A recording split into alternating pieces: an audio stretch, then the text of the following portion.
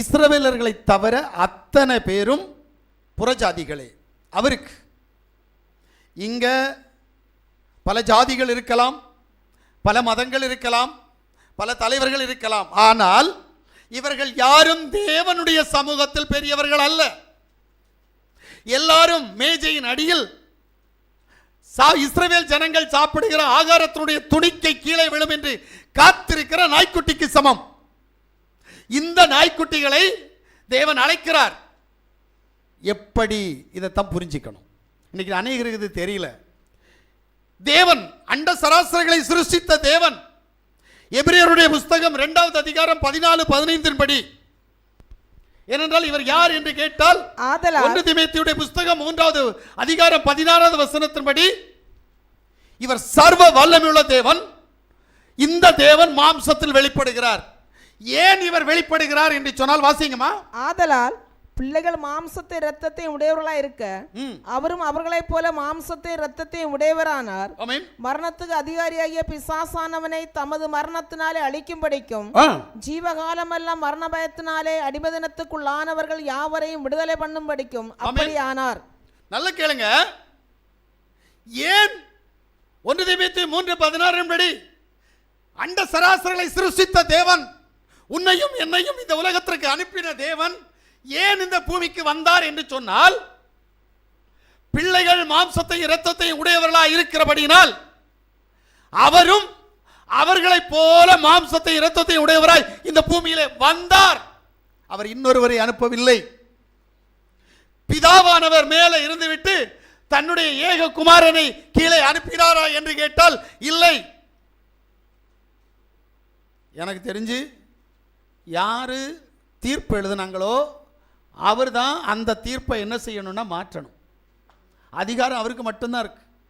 ஏன்னா பிள்ளைகள் பாவம் செய்து தேவ மகிமையை இழப்பதற்கு காரணம் சர்வ வல்லமையுள்ள தேவன் உண்டாக்கின தூதர்களில் ஒரு பகுதியே. அது முக்கியமாய் லூசிபர். அவனால் தான் பாவம் முதலில் வந்தது. இரண்டாவதாக இந்த பூமியில் ஆதாம் என்கின்ற மனிதனை சிருஷ்டித்து அவனுக்கு ஏற்ற துணையாகிய ஏவாளை கொடுத்த போது அவள் பாவத்தை இந்த பூமியில் பிறப்பித்தாள்.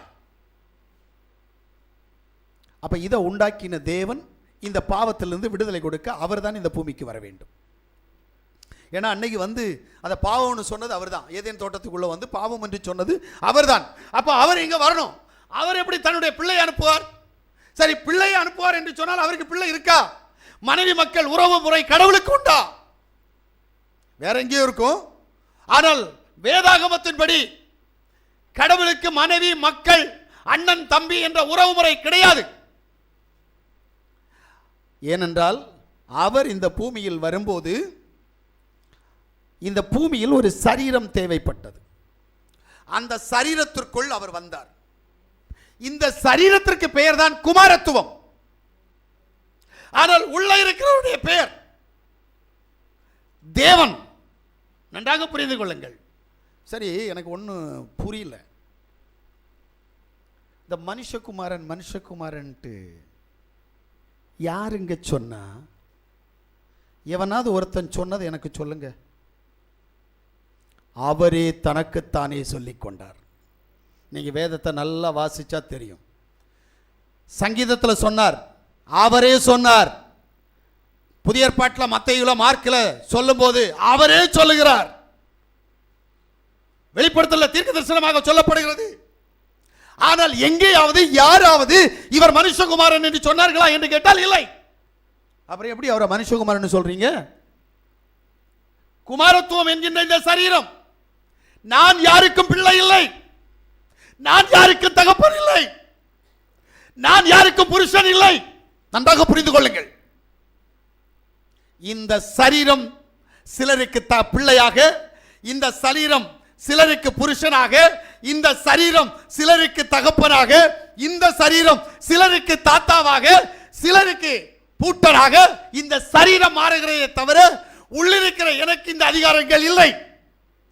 ஏனென்றால் சரீரத்தினால்தான் இந்த உறவு முறைகள். ஏனென்றால் நான் உள்ளிருக்கிற நான் மேலிருந்து வந்தவன். உறவுமுறை பூமியிலிருந்து வந்தது. இந்த மண் பூமியிலிருந்து வந்தபடியினால் இந்த மண்ணுக்கு உறவுமுறை இருக்கிறது.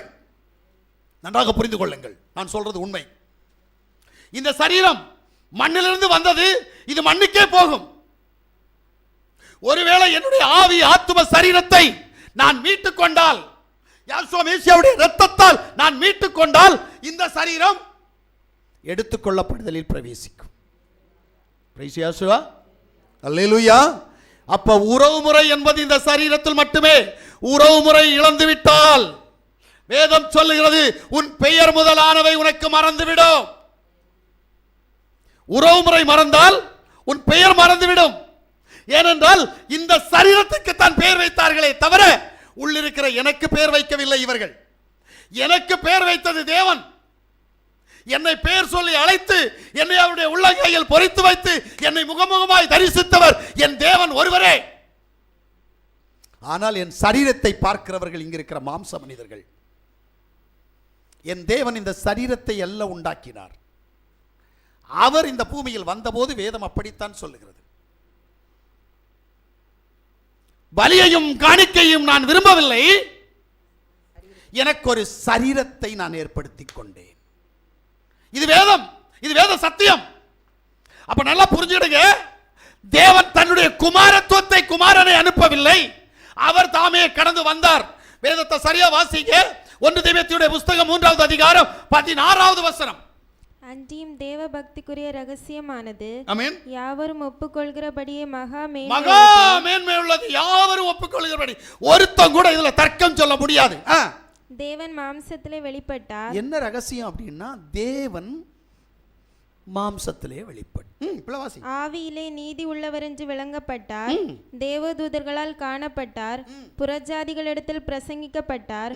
உலகத்திலே விசுவாசிக்கப்பட்டார். மகிமையிலே ஏறெடுத்துக் கொள்ளப்பட்டார். எனக்கு தெரிஞ்சு என்ன, சிருஷ்டிப்பில் 3 பேர் இருந்தார்கள். இந்த உலகத்தை உண்டாக்குகிற போது 3 பேர் இருந்தார்கள்.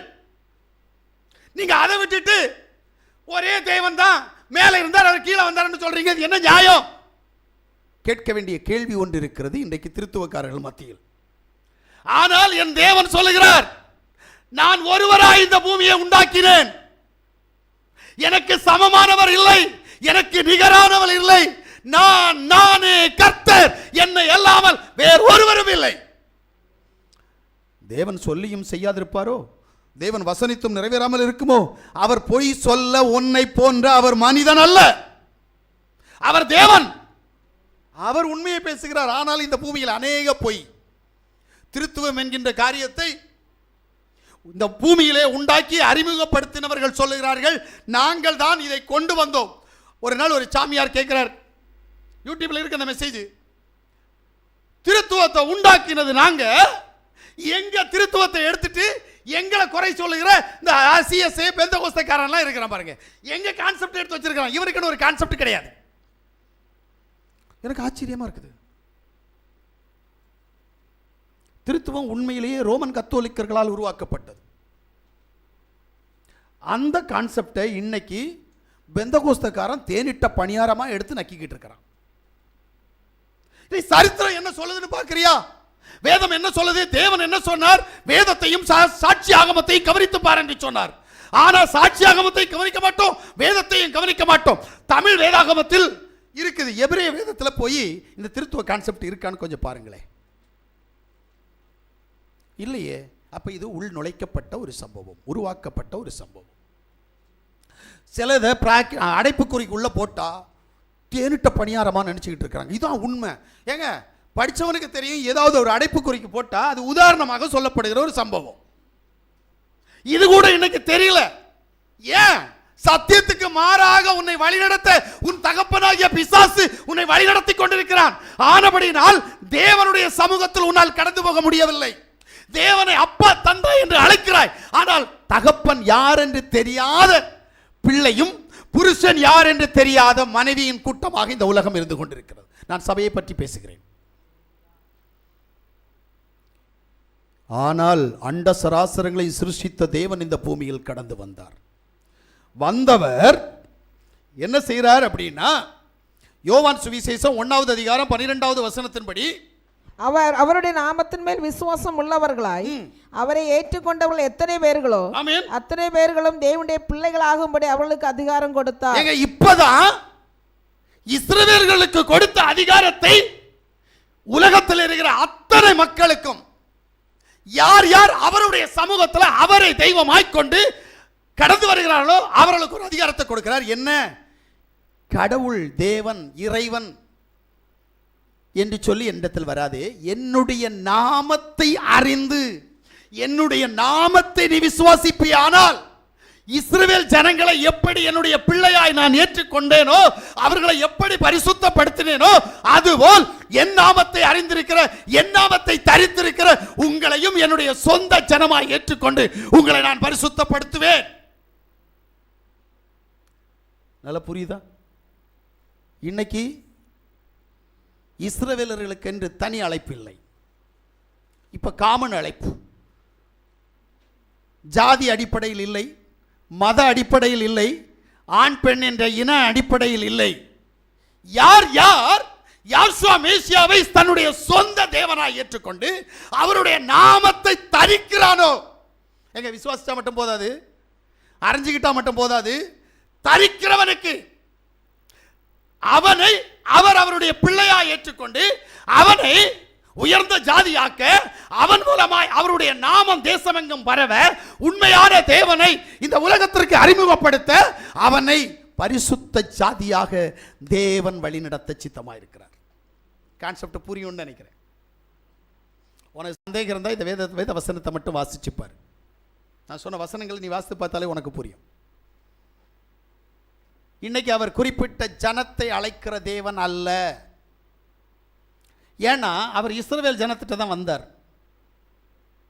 அவர்கள் ஒரே தேவனை வணங்கினவர்கள், ஒரே தேவனை ஆராதித்தவர்கள்.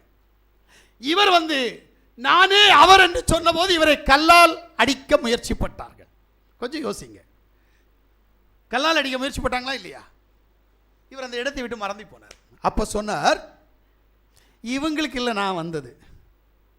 நான் வந்தது புறஜாதிகளுக்கு. அவங்க என்னை ஏற்றுக்கொண்டு என் நாமத்தை தரித்தால் அவர்களே இவர்களை போன்ற பிள்ளைகள். அப்பதான் அதிகாரம் மாறுது. ஆனால் அதற்காக அவர்களை என்ன செய்யல, கைவிட்டு விடவில்லை. வேதத்தை நீங்க வாசிச்சா உங்களுக்கு புரியும். ஒலிவோ மரத்தினுடைய ஒரே ஒரு கிளை, மொத்த கிளையும் அல்ல, ஒரே ஒரு கிளை தகர்க்கப்பட்டு வெட்டப்பட்டு கீழே போடப்பட்டது. சில கிளைகள் முறித்து போடப்பட்டிருக்க, காட்டு ஒலிவ மரமாகிய நீ அவைகள் இருந்த இடத்துக்கு ஒட்ட வைக்கப்பட்டு ஒலிவ மரத்தின் வேருக்கும் சாரத்துக்கும் உடன் பங்காளியா இருந்தாயானால் நீ அந்த கிளைக்கு விரோதமாய் பெருமை பாராட்டாதே. போது எனக்கு. அப்ப கிளை மொத்தத்தையும் தேவன் தரிக்கவில்லை, சில கிளைகளை தரிக்கிறார், ரைட். ஆனா அந்த சிலை கிளைக்கு பகரமாக புறஜாதியாகிய உன்னையும் என்னையும் கொண்டு போய் ஒலிவோ மரத்திலே ஒட்ட வைக்கிறார். நம்முடைய மரம் பேர் என்ன தெரியுமா? காட்டொலிவோ மரம். காட்டொலிவோ மரத்தினுடைய கிளை நாம். நம்ம எல்லாம் நினைக்கிறோம், நான் தான் பெரியவன், எனக்கு ஒன்றும் இல்லை, எல்லாம் கிடைச்சிருச்சு, நான் யோசுவாவையே பார்த்தாச்சே, நான் யோசுவாவிஷோட நாமத்தில் இருக்கிறேன், நினப்பு பிழப்ப கிடைக்கும், பெருமை பாராட்டாதுன்னு சொல்லிட்டார். ஏன்னா உன்னை தரித்து மறுபடியும் கீழே போட்டுருவேன். கீழே போட்டால் தான் பிரச்சனை, கீழே போடுற வரைக்கும் பிரச்சனை இல்லை. கான்செப்டை புரியணும். எப்போ அவர் கைவிடுறாரோ அப்போ தான் பிரச்சனை. எனக்கு தெரிஞ்சு யோபு என்ற ஒரு மனிதன் இருந்தான். அவன் உத்தமனும் சன்மார்க்கனும் நீதிக்கு பயப்படுகிறவனும் ஜெபம் பண்ணுகிறவனும் என்று சொல்லி சாட்சி சொன்ன மனுஷன் ஒரு நாள் கைவிடப்பட்டான். என் தேவன் எப்படி கைவிடுவார் தெரியுமா? ஒரு இமைப்பொழுது அப்படின்றார். வேதத்தின் ஆழம் என்ன தெரியுமா? 10 நாள் அப்படின்னா ஆழம். அது உன்னுடைய விருப்பத்தில் 10 வருஷமா இருக்கலாம், இல்லை 10 மாசமா இருக்கலாம், 10 நாளா இருக்கலாம், எனக்கு தெரியாது, அது ஆவிக்குரிய காரியம். சரி, இப்ப ஒரு இமைப்பொழுது கைவிட்டேன், ஆனாலும் என்னுடைய உருக்கமான இரக்கத்தினால் உன்னை நான் சேர்த்துக் கொள்வேன். எப்ப சேர்த்துக் கொள்வார்? வெட்டி போட்ட நீ மறுபடி மனம் திரும்பினால் உன்னை சேர்த்து வைப்பார். கான்செப்டை சரியா சும்மா விரட்டி விட்டுட்டு கூப்பிடுறதுக்கு அவர் ஒன்றும் ஒன்ன மாதிரி என்ன மாதிரி இல்லை. நீ என்ன பிள்ளைக்கு பயந்து ஐயோ இது என் பிள்ளை இது நீ அவரு பிள்ளையே இல்லையே. புரியணும். எனக்கு தெரிஞ்சு இங்க இருக்கிறதுல ஐயா இது உங்க பிள்ளை இல்லை, அவன் சரீரம் உங்க பிள்ளை தான், இந்த சரீரம் என் பிள்ளை தான், நான் ஒத்துக்கிறேன். ஆனா இது எனக்கு பிள்ளையா என்று கேட்டால் இல்லை. உள்ளிருக்கிற எனக்கு அது ஆவி, உள்ளிருக்கிற நான் ஆவி. என் தேவன் ஆவியாய் இருந்தார், ஆவியான தேவன் மாம்சத்தில் வந்தார். அல்லேலூயா. இது நீங்க சரியா புரியணும்.